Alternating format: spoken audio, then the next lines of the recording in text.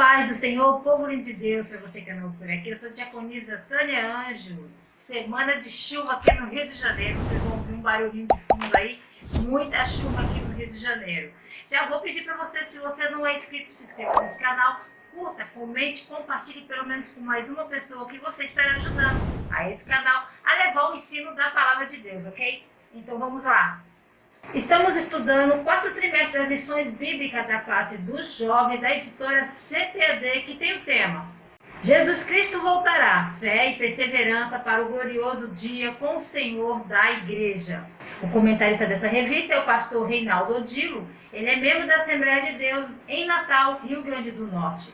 O pastor Reinaldo é juiz de direito e bacharel em teologia.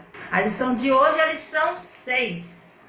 A grande tribulação. O texto do dia nos diz assim: porque haverá então grande aflição, como nunca houve desde o princípio do mundo até agora, nem tampouco haverá jamais. Mateus capítulo 24, versículo 21.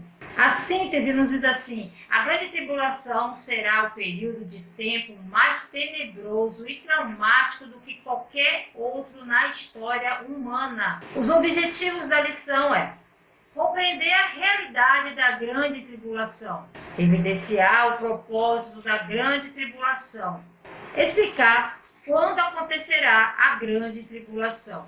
O texto bíblico base dessa lição é Apocalipse capítulo 6, versículo 1 ao 11. A introdução na revista nos diz assim: na lição deste domingo estudaremos a respeito do período de tempo mais tenebroso e traumático do que qualquer outro da história, a grande tribulação. Contudo, a igreja do Senhor não estará mais neste mundo. A grande tribulação será um período de tribulação e aflição para aqueles que não foram arrebatados para se encontrarem com o Senhor Jesus Cristo nos ares. Embora os crentes possam atualmente passar por tribulações, a Bíblia antecipa um futuro tempo intensificado de grande tribulação, que ocorrerá pouco antes do retorno de Cristo. Mateus 24, do 21, 22, Jesus afirma que haverá uma grande tribulação como nunca houve desde o princípio do mundo até agora, e nunca haverá. Isso que será abreviada por causa dos eleitos. A realidade da grande tribulação. Daniel fala a respeito da grande tribulação. Para compreender a respeito da grande tribulação, é importante analisar as 70 semanas de Daniel, pois foi dito ao profeta que estava determinado ao povo de Israel o decurso de um período de 70 semanas para extinguir a transgressão e dar fim aos pecados e expiar a iniquidade, trazer a justiça eterna e selar a visão e a profecia, e ungir o santo dos santos. Essas 70 semanas não são de dias, mas de anos. Aliás, no texto original não se escreve semanas, e sim 7. Daniel capítulo 9, versículo 24, a profecia de Gabriel a Daniel começou com as palavras 77 estão decretados sobre o teu povo e sobre a tua cidade santa. Muitas versões em português traduziram a frase para 70 semanas, mas essa tradução não é totalmente precisa e causou uma confusão sobre o significado da passagem. A maioria dos judeus conhece o hebraico para semanas por causa da observância da festa das semanas. E essa palavra hebraica é o Shavuot.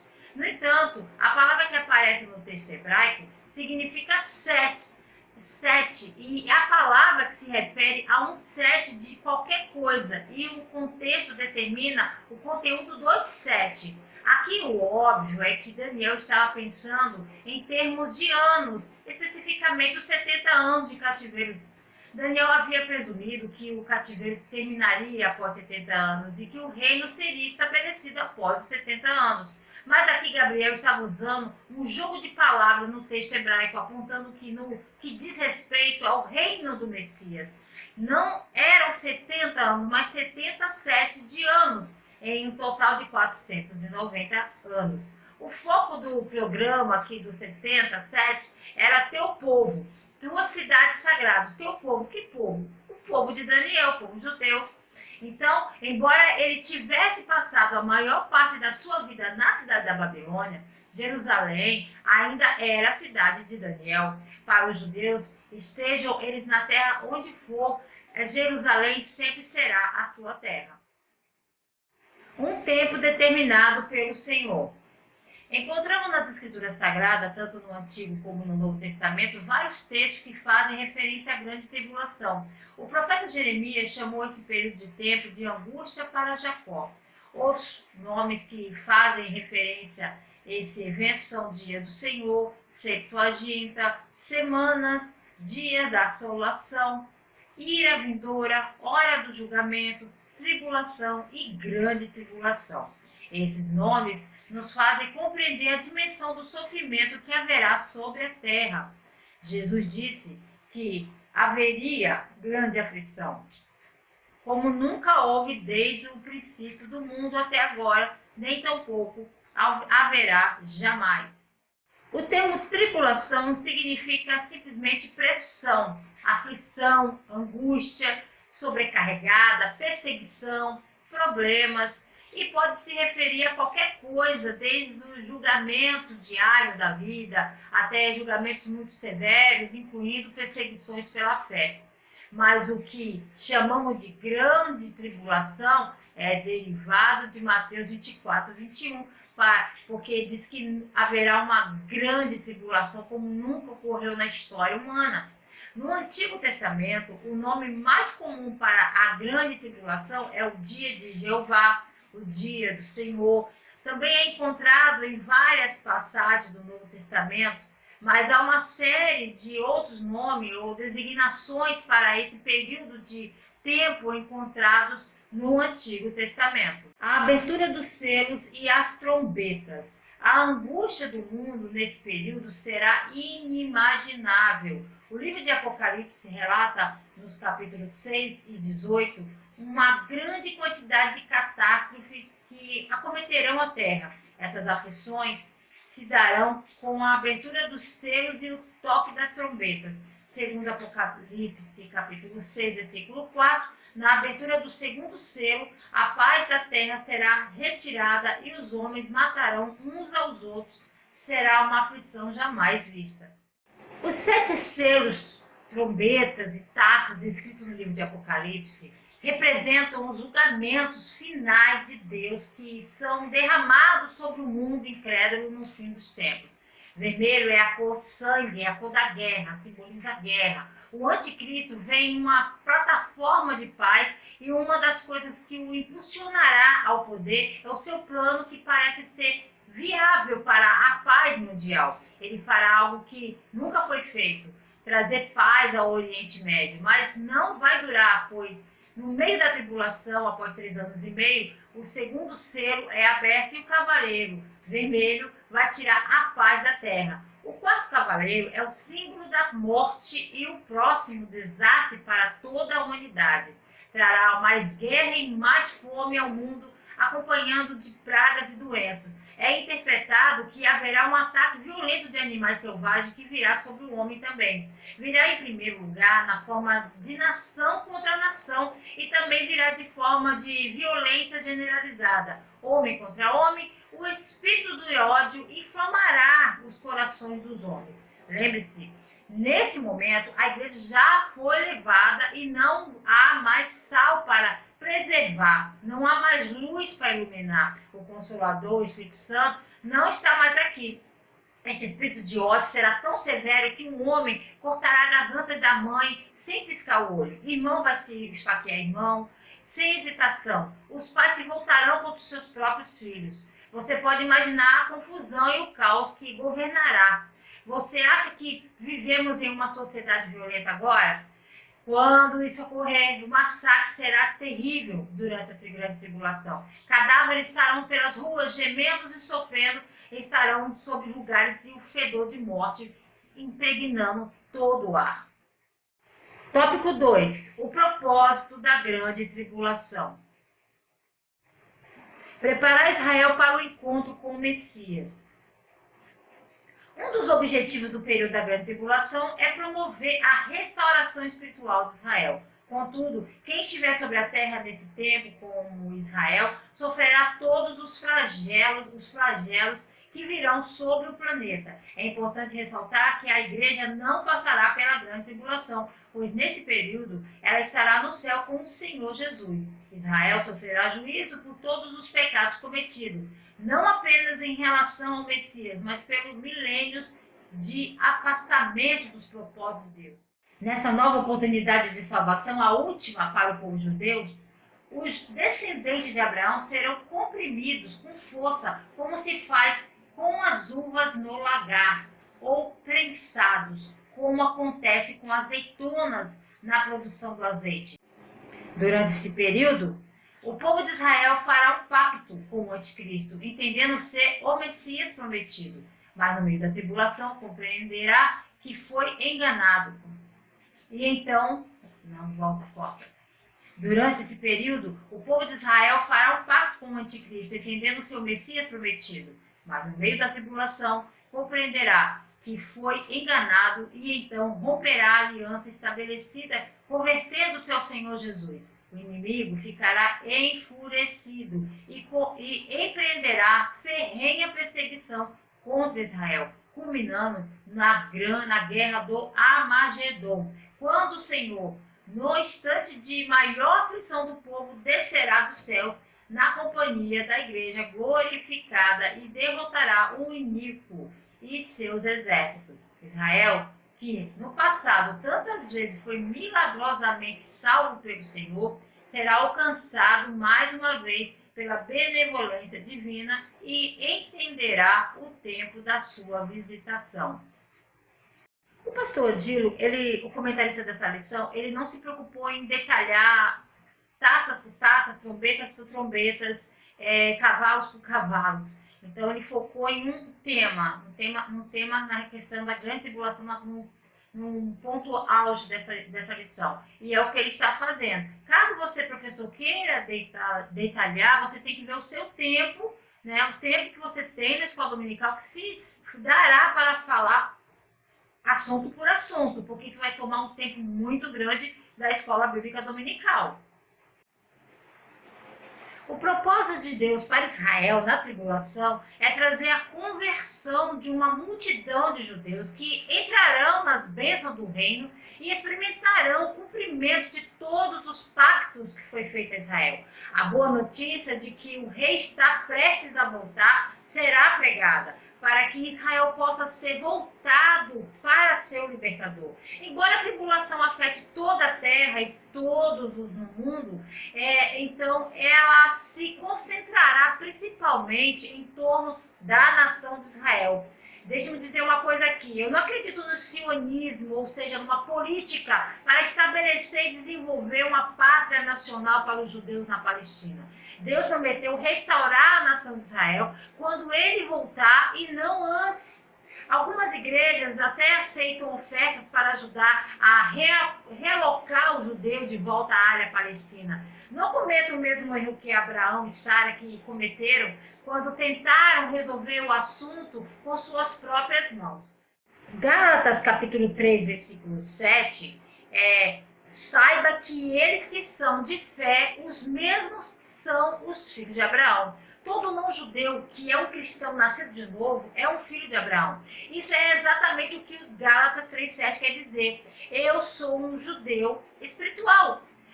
E deixe-me dizer, você seria 10.000 vezes mais um judeu espiritual do que um judeu nacional. E por quê? Porque a maioria dos judeus estão caminhando para a perdição quando morrem. Porque eles rejeitam Jesus Cristo como Messias. Qualquer um pode se tornar um judeu espiritual pela fé em Jesus Cristo. E se você forem de Cristo, então são semente de Abraão e herdeiros de acordo com as promessas. Todas as promessas feitas a Israel se aplicam a todos os cristãos renascidos do mundo. Amém? Para esclarecer a tribulação em torno da nação literal de Israel, mas todas as promessas de bênção feitas aos judeus físicos, o povo judeu, também se aplicam aos judeus espirituais, os filhos de Deus também. Tanto judeu nacional quanto o não-judeu, o gentio, vamos colocar assim, eles não verão a terra prometida, mas sim caminharão para a perdição. Deus não faz distinção das pessoas. Muitas profecias do Antigo Testamento sobre Israel ainda não foram cumpridas. Bom, Deuteronômio 20, do 1 ao 6, ainda não foi cumprido em relação a Israel. E o Senhor teu Deus te trará para a terra que seus pais possuíam, e você possuirá, e ele vai fazer-te bem e multiplicar-te acima do seu pai. Essa promessa será cumprida quando o Senhor Jesus retornar na segunda vinda. Todos os judeus salvos durante o período de tribulação herdarão a terra da promessa, ou seja, todas as terras entre o rio Nilo, na África, ao norte, até o rio Eufrates, na Síria. Gênesis capítulo 15, versículo 18. Fazer justiça contra os rebeldes. Durante o tempo de angústia de Jacó, o Senhor cumprirá também a promessa de castigar o mundo por causa de sua maldade e os perversos por causa da sua iniquidade e arrogância. O povo de Nínive se arrependeu e a cidade não foi destruída no tempo do profeta Jonas. Mas os homens rebeldes do mundo, no período da grande tribulação, blasfemarão contra Deus e não se arrependerão de seus pecados. Os flagelos lançados sobre eles nos faz lembrar os egípcios no tempo de Moisés e os cananeus no tempo da conquista da terra prometida, os quais, em sua maioria, mesmo vendo a mão de Deus estendida contra eles, não se converteram. Quando saímos do capítulo 7 de Apocalipse e entramos no 8º, somos lembrados de que o julgamento de Deus foi dá uma pausa, é adiado para selar todo o povo de Deus, de judeus e gentios, como meio de protegê-los de um próximo julgamento. Assim como os israelitas foram protegidos das pragas no Egito para que o povo de Deus seja protegido da ira que está por vir. Ao longo da história do Antigo Testamento, Deus anunciou sua presença ou momentos de julgamentos com o som de trombetas. Êxodo 19, do 16 ao 17, fala sobre isso. O objetivo dessas trombetas é anunciar e também soar um aviso. Assim como o vigia na muralha tocaria a trombeta para avisar a cidade do exército que está para invadir, também essas trombetas soam um aviso de que o julgamento está de fato chegando. Deus leva tão a sério o nosso pecado que enviou seu Filho para expiar por ele e nos dá seu Espírito para nos ajudar a viver livres dele. Mas receber esses presentes é uma escolha que todos devemos fazer. A ira derramada em Apocalipse 16 é a consequência da recusa desses dons. Com cada taça, homem, a oportunidade de se arrepender, vê-lo como ele realmente é. São oportunidades que serão dadas. Deus não pode ser amoroso sem ser justo. E chegará um tempo em que toda a humanidade terá que reconhecer sua pecaminosidade. A ira de Deus não precisa ser nossa consequência. Todos os dias que respiramos em nossos pulmões, temos a oportunidade de abandonar o pecado e nos voltar para ele. Para os inimigos de Deus, todos os que estão perdidos, essas trombetas soam como destruição. Para a igreja, elas soam um chamado ao arrependimento e à fé. Revelar ao mundo a ira de Deus. Deus é bom e misericordioso, mas ele também é justo. Com Deus não se brinca. E a grande tribulação será um tempo marcado pela ira de Deus contra o pecado. Segundo indica Apocalipse 6 ao 18, depois de ler Apocalipse 6, podemos verificar e afirmar que à medida que os selos vão sendo abertos, julgamentos terríveis são desferidos sobre a terra. Nesse período de trevas, surgirá um ditador mundial, o Anticristo. Segundo Stanley Horton, o nome Anticristo provém das epístolas de João, onde ele dá a entender que esse personagem virá futuramente. Parece nas escrituras que esses avisos de trombetas, de julgamento, não são ouvidos. Ninguém que esteja perdido se arrependa, mas permaneça lá no pecado. Mas Deus ainda soa mesmo assim a trombeta para avisar, assim como o vigia que, se ele não soprasse a trombeta, sangue dos mortos estaria sobre suas mãos. Então Deus, como o mais fiel de todos os vigias, explode essas trombetas uma última vez. Após o anticristo assinar o tratado de paz, a prosperidade econômica segue os primeiros 3 anos e meio. Após o acordo, durante esse tempo, o anticristo ganha o favor entre as massas, porque ele leva a União Europeia, a prosperidade, e todas as nações associadas crescerão financeiramente. Os 4 cavaleiros são libertados e a paz é tirada da terra. Mas o anticristo usará as guerras, os conflitos internos em benefício de seu império. O anticristo ganha popularidade através do engano. Ele levará Israel a acreditar que ele é o seu aliado. Tópico 3. Quando acontecerá a grande tribulação? O início. A palavra de Deus não fornece uma data exata para o período da grande tribulação. Contudo, ao ler Mateus capítulo 24, versículo 29 e 30, podemos afirmar que ocorrerá imediatamente antes do glorioso aparecimento de Cristo, quando o próprio Jesus retornará à terra para destruir o anticristo. Depois do arrebatamento da igreja, começará a época mais difícil já experimentada aqui na Terra. É importante ressaltar que os textos bíblicos que tratam a respeito das últimas coisas não têm o propósito de criar um manual do fim do mundo, mas mostrar a glória de Jesus Cristo nos eventos derradeiros da história.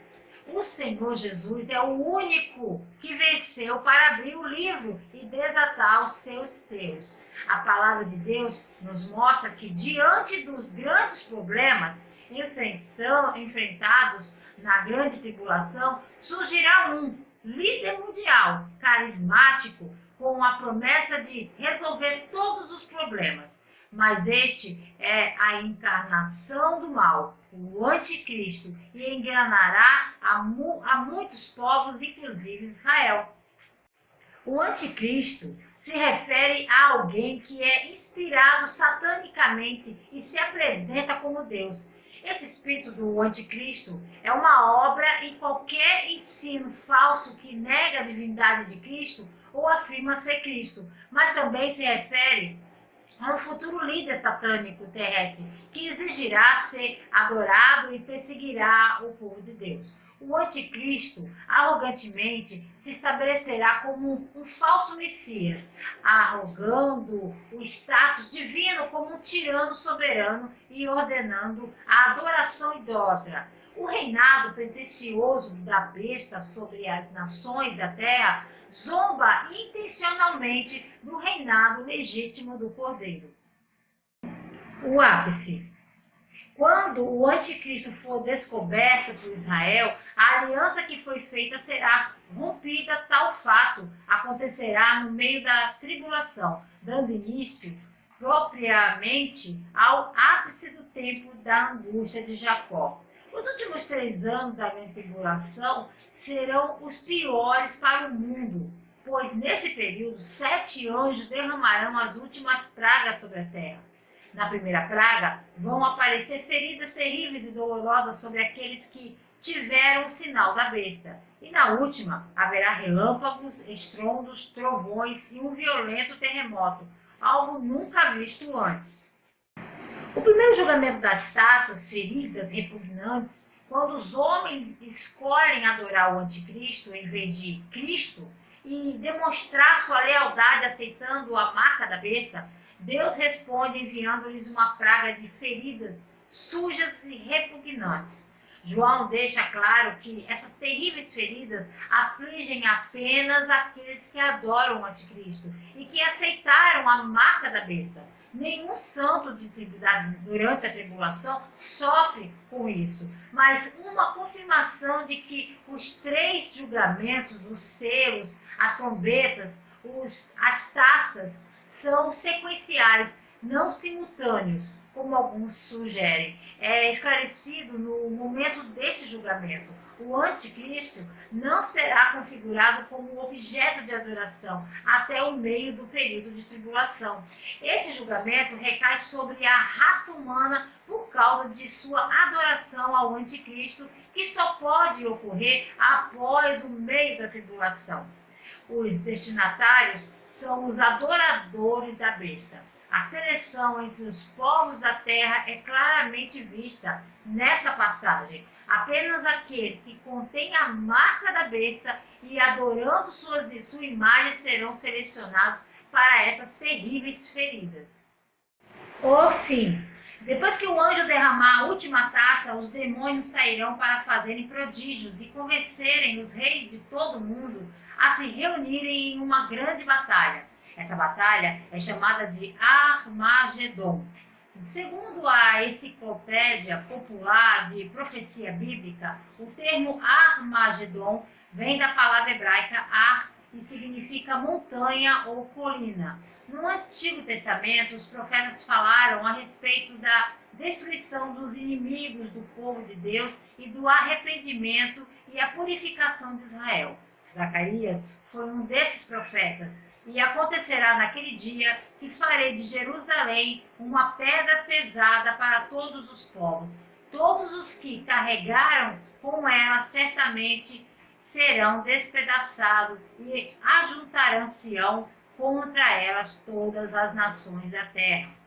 Armagedon tem origem na expressão hebraica Ar, que é Megido, que significa monte de Megido, um local situado aproximadamente 30 quilômetros ao sul de Nazaré. O sangue correrá para os cavalos neste vale de Megido durante essa batalha. Esse vale também é chamado pelo nome de Gisrael. Já houve 20 batalhas travadas neste mesmo local, mas nunca uma batalha nessa magnitude. Essa batalha será a 21ª. O próprio Deus resolverá o resultado disso de uma vez por todas. Essa será realmente a guerra para acabar com todas as guerras. Logo após essa batalha, Jesus criará o seu reino. Conclusão na revista. A grande tribulação será um período de juízo, sofrimento e morte. Mas também haverá salvação de vidas. Milhões morrerão por causa dos flagelos decorrentes dos selos, das trombetas e das taças, do furor divino, outros por não aceitarem viver conforme o anticristo. Contudo, esse tempo de angústia chegará ao fim com o aparecimento da glória do grande Deus, nosso Senhor Jesus Cristo. Podemos passar por tribulações e encontrar anticristos nas nossas vidas. Isso significa que quando enfrentamos as dificuldades e os falsos ensinos, devemos estar alertas ao suportar ou confrontar essas coisas. À medida que nos aproximamos do retorno de Cristo, percebemos que a tribulação aumentará e em algum ponto surgirá um enganador que buscará perseguir os cristãos e será adorado. Deus abençoe a tua vida que chegou até o final. Peço perdão, realmente eu esperei para gravar esse vídeo no dia que não chovesse, mas Rio de Janeiro, eu acho que muita parte do Brasil não para de chover. Vai ficar esse som de fundo de chuva, eu peço que me perdoe, mas querendo o Senhor, se Ele não voltar, estarei de volta aqui mais um Resumo EBD. A paz do Senhor a todos.